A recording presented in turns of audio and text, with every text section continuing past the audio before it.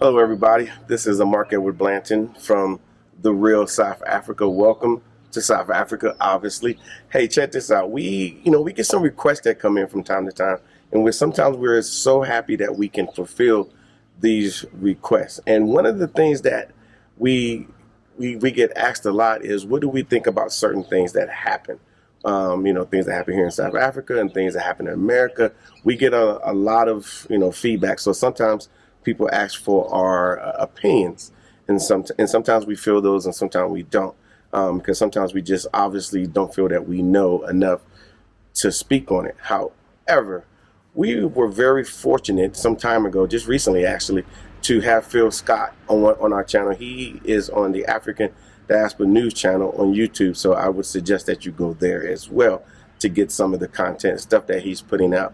But he's generally very spot on in what most African Americans think in reference to the things that happens to us there in America, and even other places abroad and whatnot. So it was pretty nice for us to be able to reach out to him and get his comments, and to let people know, everywhere else how we actually feel. Another good thing is that we do have a relationship. The Real South Africa has a relationship with Newsroom Africa here in South Africa. It's a national news channel for you guys that don't know, but it plays throughout the entire country. So we actually reached out to those guys and said, hey, I think, we wanted to make sure that you guys here in South Africa understand what is actually happening in America versus just getting the content from, CNN and things along those lines. So we reached out to them, and they said, hey, I think it's a good idea. So we were able to get, this African National News Channel and this African Diaspora News Channel here, obviously in America, to come together and to do a broadcast. And this is Phil's second time being Newsroom Africa, twice. So we think it's a good relationship, and so because we want to bridge the gap between especially South Africa and America, but of course Africa and those African Americans. So this was a good start to that. But like I said, he's going to cover what happened in Texas at the school shooting, and then he's also going to talk a little bit about what happened in Buffalo, New York as well.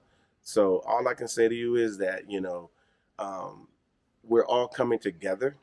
So I would say, again, as a tourist, you got the option to get a tourist. You can get a passport, come to South Africa, like Phil did, and see it for yourself. And then you have a different view of what Africa actually is, and of course South Africa. And of course, us at the Real South Africa, we're just leading the way in those areas. And this is just one area where we feel that we needed to kind of insert ourselves and put these things together. So stay tuned and watch this video, and of course you can leave comments.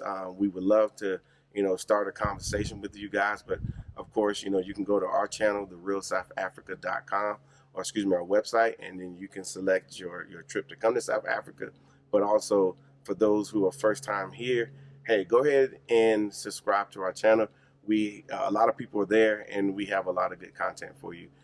So enjoy.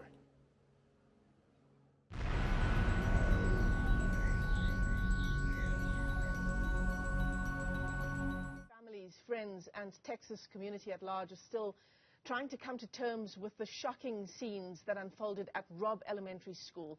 Salvador Ramos, an 18-year-old teenager, opened fire on school premises, killing 21 people in a shooting spree. 19 of those killed were school children. The tragedy in Texas has revived old debates about gun laws in the country. Let's take a look at how various communities have been coping with the shock and speak to Philip Scott, who is the founder of the African Diaspora News channel. He's live to us from Houston, Texas this morning. Philip, we do so appreciate your time, given that it's 1:30 in the morning where you are. I want to begin with this. Greg Abbott has sent his condolences to the families of the children killed in the latest mass shooting. He stops short of saying anything about tackling gun laws, instead calling on the community to unite and pray. Correct.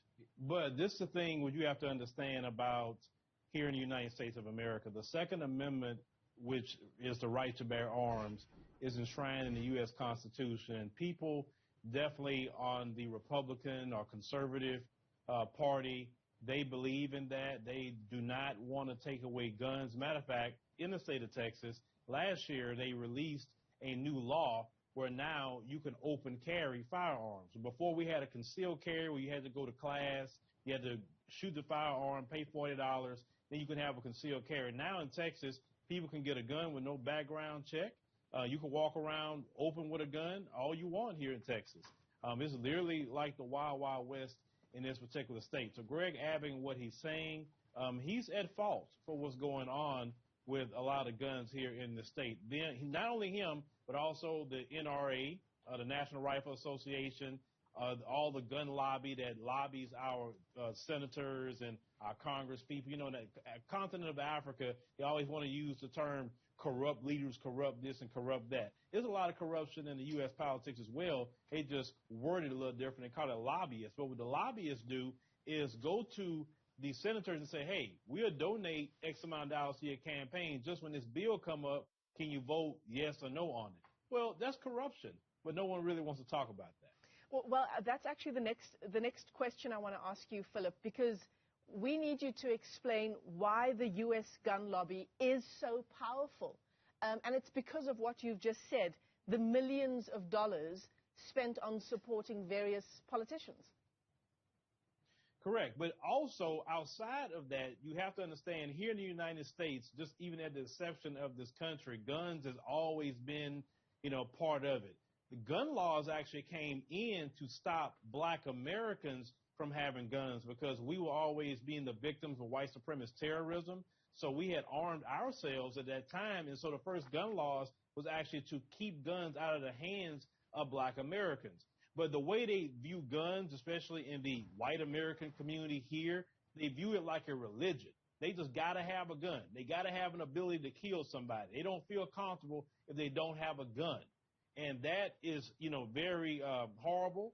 Children can't go to school anymore like they're supposed to.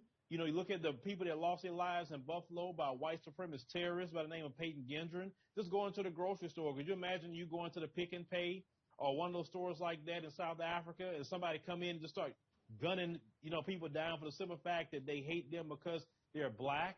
And there's another 18-year-old terrorist that went in and done this to those elderly people. I mean, it's sick and it's sad and it's evil, and they do not want to get rid of those guns, in my opinion. Listen, I understand you need to defend yourself. I get it. But a handgun, a shotgun, that's good for self-defense. What do you need with an AR-15, which is equivalent to an AK-47 with a 5.56 bullet? What do you need that for? Well, exactly. So why not amend the gun laws so that, you have the right to bear arms and to protect yourself, but surely you can't be 18 years old, walk into a store without a background check, and, as you say, have the ability to buy a rifle? Well, in this country, they would never stop people from buying guns. They produce so much guns in the United States that everybody in America could have a gun. This is part of the reason why we haven't been invaded, because they have that many guns in this country. But Bill O'Reilly, he used to be the host at Fox News Channel when they had a mass shooting in Las Vegas at a concert. He said, well, that's just the price of freedom. That's how they think in the white American community, is that they will be okay with mass shootings, just don't take my gun away. Now, the majority of the country would like some comprehensive gun laws, but the gun lobby and definitely the Republicans is going to stand in the way of that every single time. And then now we have a conservative majority Supreme Court, so they're going to even get involved with it as well. So it's kind of like nobody can do nothing about it, and this is why that, black Americans for sure, and others, but black Americans, we're not safe in this country, but look, like I say, look at what happened in Buffalo. Yeah. It's interesting you bring up the Supreme Court, because what's happening now is in stark contrast, I should say, to what we heard with the Supreme Court leak with Roe versus Wade and the changes to abortion legislation in the U.S. So what critics are saying is that we want to protect children before they are born, but we don't have any kind of urgency in protecting children while they're at school. Well, let me just be honest with you. The white numbers globally are dropping, especially here in the United States as well. And to the getting rid of abortion is to save the white population. That's what it is, because white women in their mind is aborting too many white children. So they even going to make them have a child if they were even violated by a man, make them have a child. This is what they're trying to push. Now, many people agree with abortion, some don't, but we know that's what it is. They're trying to save their numbers by any means necessary. And this is going to be interesting to see how this works out. So what needs to happen, Philip? What needs to happen? Sandy Hook happened in 2012. Mm-hmm. Fast forward to, and there have been several incidents in between 2012 and 2022 with this latest Texas shooting. What needs to happen? Well, what you could do is I suggested this immediately. You can tax and regulate ammo. That's what I would do. Mm. I would move certain ammunition and guns to a class 3 status, because the United States, you cannot have full automatic weapons. That is a class 3 license, which is about 10,000 US dollars. I would take AR-15s and many weapons like that and different ammo and put it in class 3 status. I would put a little taxes and regulation on it that you couldn't get ammo like that or body armor or anything. But that's what somebody wants to do something. Unfortunately, I live in a state, we had 3 major shootings. It's Uvalde, the El Paso shooting, I think in 2019, and then we had the Santa Fe High School shooting. That's 3 under this particular governor, Greg Abbott, and he didn't do anything. And unfortunately, the American government's not going to do anything about it. We will see it again and again and again and again. Barack Obama said for his presidency it was the most frustrating thing that he couldn't make a dent in changing U.S. gun laws. Joe Biden has said similar sentiments now in the wake of the Texas shooting. So you're saying, fine, if you're not going to change the gun laws, look at other ways of trying to change things. Correct. And that's the one thing, because guns are kind of enshrined in the U.S. Constitution, but not ammunition, not body armor, not any kind of thing like that, okay? So that's what I would go after. If you would heavily regulate the bullets, make it so expensive like they do in the gas, make it so expensive where they can't afford to buy all that, because this is the thing that we're constantly asking. Where's all this money coming from? 18-year-olds buying a $700 AR-15. Where is he getting the money from and all those bullets? Bullets isn't really too cheap either. We want to know where the money is coming from, and it keeps happening over and over and over and over again. But once again, we live in a country that doesn't prioritize dealing with that issue. We have a major racism, white supremacy issue in this country. We look at what happened in Buffalo. He had the N-word literally written on the gun. I mean, we have that issue going on too, that's sparking a lot of this. And then when Kyle Rittenhouse got off of killing those people in open court, we were calling it now the Rittenhouse effect of all these young, people, and a lot of them is in the white community. Now, this was a, Hispanic person, but they are going around just want to shoot people for fame, because some people want, what we call an internet clout. Philip Scott, let me thank you for your time once again, because we know it's the early hours of the morning in Houston, Texas, where you are. He's the founder of the African Diaspora News Channel, live to us there from Houston.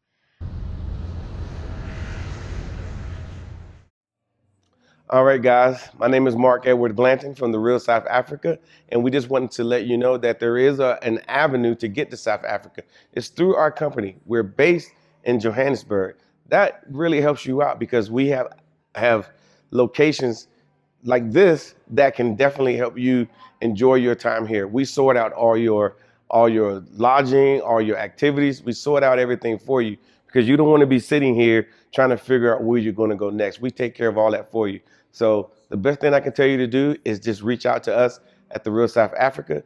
Our website is www.therealsouthafrica.com, and then of course info@therealsouthafrica.com, and that'll help get you here too. So go ahead and let's start your journey to South Africa today. Thank you so much for spending time with us today. If you like what you saw, please subscribe and don't forget to hit the notifications button so you don't miss out on all things The Real South Africa. Thanks again.